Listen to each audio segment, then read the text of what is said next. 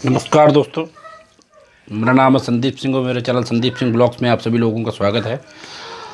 आज बात करेंगे पगलेट मूवी के बारे में, जो कि नेटफ्लिक्स पे अवेलेबल है 26 मार्च से।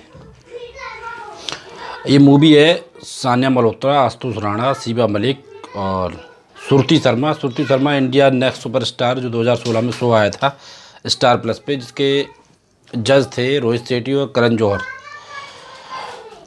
उसमें पार्टिसिपेंट थी। और श्रुति शर्मा ने शो को जीता भी था। मतलब गंडोत्रा नाम का लड़का था, उसने जीता था, एक लड़की और थी उसने जीता था, और श्रुति शर्मा को थर्ड बोलते हैं ना, थर्ड मिली थी। तो श्रुति शर्मा उसमें भी एक्टिंग अच्छी करती थी। उसमें आशीष मल्होत्रा नाम का एक लड़का बहुत अच्छी एक्टिंग करता था। उनको नहीं जिताया शो उन लोगों ने, जबकि इन लोगों को ही जिताना चाहिए था। लेकिन श्रुति शर्मा तब उसके बाद में मैं टीवी सीरियल्स में और अभी इस मूवी में मैंने श्रुति शर्मा को देखा है। श्रुति शर्मा की एक्टिंग बहुत अच्छी है, तो इसलिए मैंने श्रुति शर्मा के बारे में बात की, क्योंकि मैं वो शो देखता था तो श्रुति शर्मा हमेशा उसमें नंबर 1 रहती थी।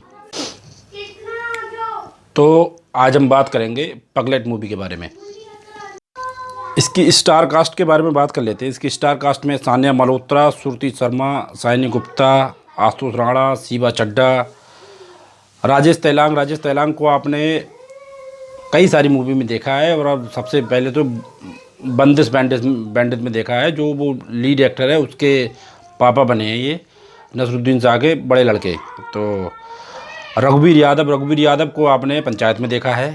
पंचायत में ये प्रधान जी, वो मैडम प्रधान जी के पति बने हैं, जो कि प्रधानी का कार्यभार संभालते थे।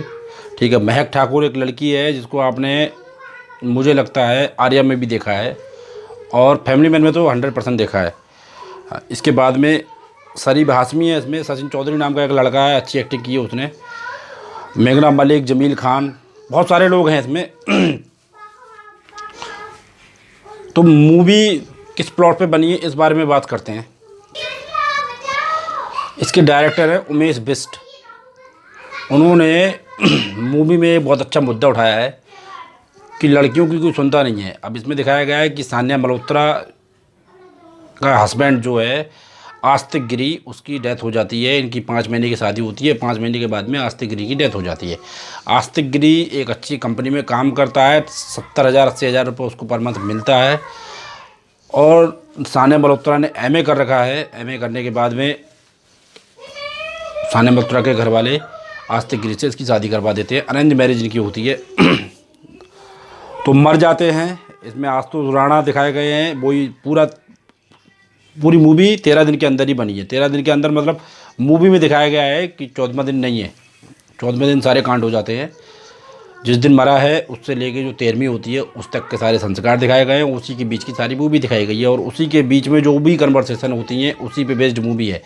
तो उस कन्वर्सेशन में इन लोगों ने मेन पॉइंट को हाईलाइट किया है। औरतों के साथ में क्या हो रहा है, पढ़ी लिखी औरतों के साथ में क्या हो रहा है। सानिया मल्होत्रा पढ़ी लिखी है, और उमेश बिष्ट जी ने इस मूवी में ये दिखाने की कोशिश की है,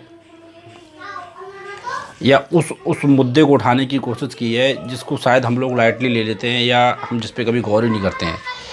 उसमें दिखाया गया है कि जब उसका हस्बैंड मर जाता है तो उसको, वो एक तरह से ट्रॉमा में चली जाती है। उसको समझ में नहीं आ रहा है कि क्या हो रहा है। वो हंसे, रोए, पगलाए, खाए पिए, क्या करे, उसको कुछ समझ में नहीं आ रहा है। श्रुति शर्मा सानिया मल्होत्रा की फ्रेंड है जिसका नाम है नाजिया जैदी, तो वो भी आती है।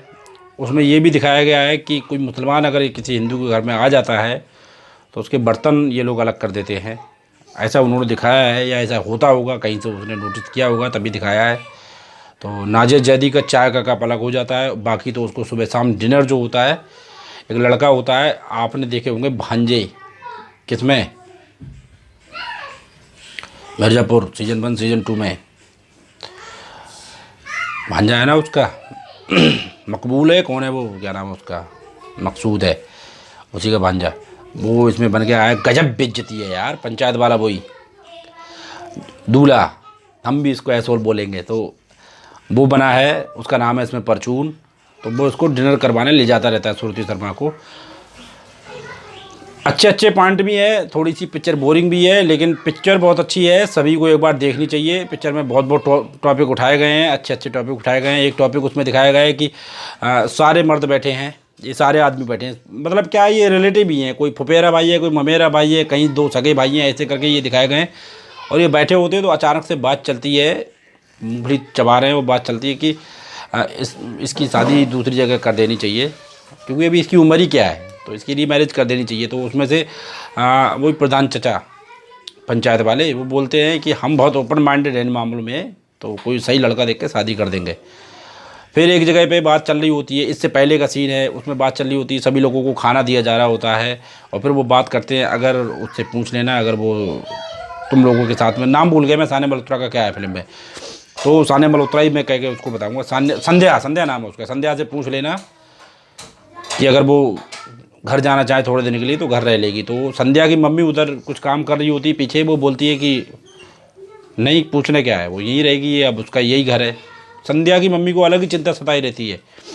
देखिए यहाँ पर संध्या की मम्मी का या संध्या की मम्मी का दामाद मरा है, और संध्या को बहुत ज़्यादा सहानुभूति की ज़रूरत है, लेकिन उसके बावजूद भी मम्मी के दिमाग में पॉइंट चल रहा है कि 2 बेटियाँ घर पे शादी के लिए हैं, और कहीं हमने संध्या को घर पे बुला लिया तो आशुतोष राणा जो कि संध्या के ससुर बने हैं, और शिबा चड्ढा, ये कहीं इसको वापस ही ना बुलाए, कहीं बोले उसको रहने दो वहीं पर, तो इसलिए वो मना कर देती हैं कि अब तो यही उसका घर है, यहीं रहेंगी, ठीक है। तो ऐसे फिर भी संध्या के पापा बोलते हैं मैं संध्या से पूछ लूँगा एक बार, और वो अपनी वाइफ से भी बोलते हैं एक बार संध्या से पूछ लो, लेकिन नहीं, संध्या की मम्मी नहीं मानती हैं। उधर संध्या को समझ में नहीं आ रहा है कि उसको अपने पति के मरने का दुख क्यों नहीं हो रहा है। वो अपनी दोस्त को बताती है कि बचपन में उसकी एक बिल्ली थी जो मरी थी, तो उसके बाद बोली मैं बहुत रोई थी और मैंने 3 दिन तक खाना नहीं खाया था, और अभी तो मेरा हस्बैंड मरा है और मुझे कुछ फील ही नहीं हो रहा है और मुझे भूख दबा के लग रही है, ये है। तो मतलब कहीं ना कहीं उसको ट्रॉमा होता है या क्या होता है, उसको नहीं समझ में आ रहा होता है वो क्या करे। फिर उसको इसी दौरान पता लगता है कि उसकी हस्बैंड की गर्लफ्रेंड है, गर्लफ्रेंड सयानी गुप्ता बनी है, तो वो उनसे भी मिलती है, पता लगाने की कोशिश करती है। एंड में पता लगता है कि जैसा वो सोच रही थी वैसा था नहीं, तो वो अपनी एक अलग ही मेंटालिटी बना लेती है जो वो शादी से पहले नहीं कर पाई, या शादी करने से पहले जो 5 महीने पहले उसकी शादी हुई थी। इसने एमए में इंग्लिश में टॉप किया था और ये चाहती नौकरी कर सकती थी, इसने बोला भी था घर वालों से, लेकिन घर वालों ने ज़बरदस्ती अच्छी सैलरी वाला लड़का देख के शादी करवा दी और ये यहाँ फंस जाती है आके। तो इसका क्लाइमेक्स बहुत सही दिखाया गया है, और मैं देखो ज़्यादा इसके बारे में बातें करूँगा तो इसका हो जाएगा क्लाइमेक्स रिवील, और क्लाइमेक्स रिवील हो जाएगा तो जो अभी लोग फिल्म देखने जा रहे होंगे नेटफ्लिक्स पे, ये उनको नहीं आएगा मज़ा। तो एक बार जाके देखें, मज़ा लीजिए, और सीख देने वाली फिल्म है, किसी नए टॉपिक पे फिल्म बनी है, इतना नया भी नहीं है लेकिन सही टॉपिक पे फिल्म बनी है, तो देखनी चाहिए। औरतों के हक़ के लिए लड़ती हुई फिल्म है ये, ठीक है। आशुतोष राणा, सान्या मल्होत्रा इसके मेन पॉइंट हैं, उन्हीं पे फिल्म टिकी हुई है और उन्हीं की एक्टिंग ने कमाल किया है। इसमें आशुतोष राणा का छोटा लड़का है, उसकी एक्टिंग भी अच्छी है, एक लड़का और है उसकी एक्टिंग भी अच्छी है। ये लड़का लड़की दोनों आए हैं, छोटे छोटे बच्चे 9th 10th वाले, इनका भी दमदार काम है। वैसे देखिए इसमें जितने भी कलाकार हैं सारे दिग्गज हैं, तो किसी की एक्टिंग के बारे में क्या बोल रहे हैं यार।